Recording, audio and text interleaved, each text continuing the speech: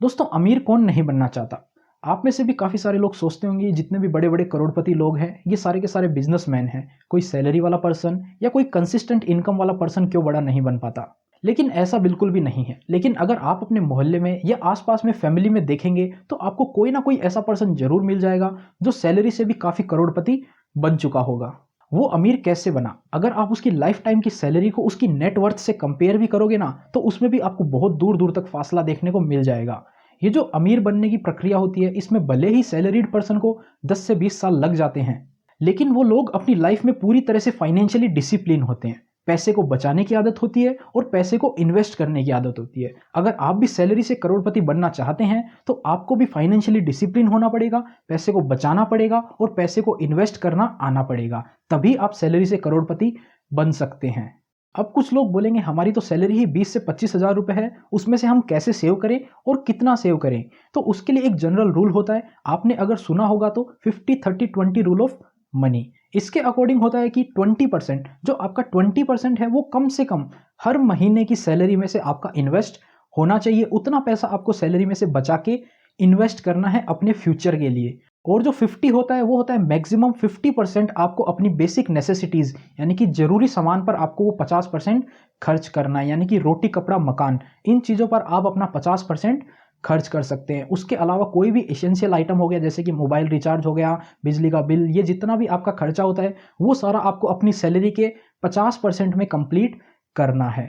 और जो 30% होता है वो होता है बेसिक नेसेसिटी के अलावा आपको कोई भी फिजूल खर्च करना है तो वो आप उसको 30% में से कर सकते हैं। बेसिक के अलावा आपको कोई भी आपकी डिमांड वगैरह है तो वो आप अमाउंट अपना 30% में से खर्च कर सकते हैं। 20% आपको सेव करना ही करना है। 50% आप बेसिक आइटम्स पे खर्च कर सकते हैं। उसके अलावा बचा हुआ अमाउंट आपके ऊपर डिपेंड करता है आप कैसे उसको यूटिलाइज करना चाहते हैं। तो आपको ये 50-30-20 रूल कब से स्टार्ट करना चाहिए, तो आज के टाइम में 22-23 की उम्र में लोग कमाना स्टार्ट कर देते हैं, या फिर अगर आप 25-26 में भी कमाना स्टार्ट कर रहे हैं तो आपको वहीं से इस रूल को स्टार्ट कर देना चाहिए। 50-30-20 रूल, आपकी सैलरी कितनी भी हो कोई फर्क नहीं पड़ता। अगर आपकी सैलरी 20-25 हज़ार रुपए है तो भी आपको 20% सेव करना ही करना चाहिए। चाहे आपकी सैलरी 40-50 हज़ार है तो भी आपको सेव करना ही है। ये तो आपकी बात हो गई बेसिक स्टार्टिंग सैलरी की। अब जैसे जैसे आपकी उम्र बढ़ती जाएगी आपकी सैलरी भी उसी के साथ साथ बढ़ती जाएगी। तो क्या आपको 50, 30 और 20 का ये रेशियो कंटिन्यू रखना है?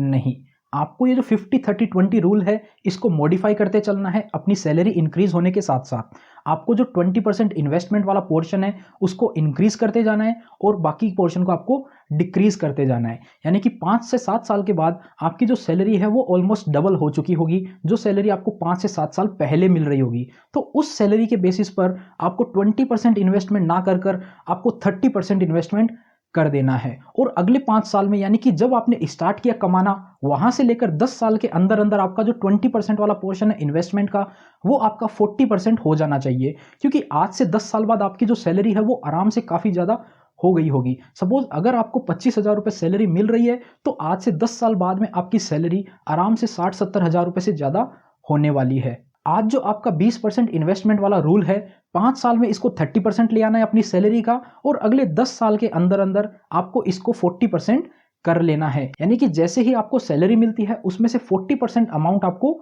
इन्वेस्ट कर देना है और बाकी जो बच जाता है उससे ही आपको अपना खर्चा निकालना है। ऐसा क्यों करना चाहिए? क्योंकि रिटायरमेंट के बाद में आपकी जो सैलरी होती है वो बंद हो जाती है, उसके बाद में भी आपकी लाइफ होती है, वहाँ पर आपको कुछ ना कुछ पैसा चाहिए होता है अपनी लाइफ चलाने के लिए। तो उसके लिए आपको पहले से ही प्लानिंग करके चलना पड़ता है। तो उसके लिए आपको इन्वेस्टमेंट करना जरूरी है। और आपको अपने बच्चों की एजुकेशन के लिए भी इन्वेस्टमेंट करना चाहिए, उनकी शादी के लिए भी आपको इन्वेस्टमेंट करना चाहिए। और वहाँ पर कुछ ऐसी अनअवॉइडेबल सर्कमस्टांस आ जाते हैं, कुछ ऐसी घटना हो जाती है या फिर आपको कुछ मेडिकल खर्चा आ जाता है, तो उसके लिए भी आपके पास एक सरप्लस फंड होना चाहिए जो आपको इमरजेंसी में भी काम आ सके। तो ये जितनी भी प्लानिंग होती है ये आपको सारी की सारी शुरू से ही लेके चलनी पड़ती है और आपको इन्वेस्टमेंट करना चाहिए। तो आपकी कितनी भी सैलरी हो, अगर आप 20 से 25 साल की एज में अपनी जॉब स्टार्ट कर रहे हैं तो आपको 20% अपना इन्वेस्टमेंट जरूर करना चाहिए। और जैसे कि आपको बताया उस बेसिस पर आपको इंक्रीज करते चलना है। तो अब बात करते हैं, अगर आपकी एज 30-35 से भी ज़्यादा साल की हो चुकी है और आपने अभी तक कुछ भी इन्वेस्टमेंट नहीं कर रखा है, कुछ भी आपने सेविंग्स नहीं करी है, तो आप ऑलरेडी लेट हो चुके हैं। यानी कि जो पर्सन आज 20-23 साल का है, वो आपके साथ ही इन्वेस्टिंग जर्नी स्टार्ट करता है, तो आपके साथ ही वो पर्सन भी रिटायर हो सकता है, जो कि आपसे 10-12 साल छोटा भी होगा। रिटायरमेंट के टाइम पे दोनों के पास इक्वल अमाउंट ही होगा, क्योंकि आपने अभी तक कुछ भी अमाउंट सेव नहीं किया है। और जो पर्सन आज 20-25 साल में ही अपना इन्वेस्टमेंट स्टार्ट करता है, तो वो भी आपके जितना ही पैसा इकट्ठा कर सकता है। तो अब ये सोच के हार नहीं मान लेनी चाहिए कि मैं ऑलरेडी लेट हो चुका है, अब मेरे को कुछ भी इन्वेस्ट करने की ज़रूरत नहीं है। तो आपसे जितना मैक्सिमम पॉसिबल होता है, उतना आपको इन्वेस्ट ज़रूर करना चाहिए। और इन्वेस्टिंग जर्नी आप स्टार्ट करते हैं 25 साल की उम्र में, तो 15 साल के बाद अगर आप ये जो मैंने आपको रूल बताया, इस रूल को फॉलो करके आप इन्वेस्ट करते हैं, तो आराम से आपके पास करोड़ों रुपए का सरप्लस अमाउंट हो जाएगा, अगर आप 15 साल तक भी इस जर्नी को फॉलो करते हैं। उम्मीद करते हैं आपको ये वीडियो पसंद आई होगी। अगर ये वीडियो पसंद आई हो तो लाइक करना, चैनल पर नए हो तो चैनल को सब्सक्राइब करना। मिलते हैं आपसे फिर किसी नए और इंटरेस्टिंग वीडियो में, तब तक के लिए अपना ख्याल रखिएगा।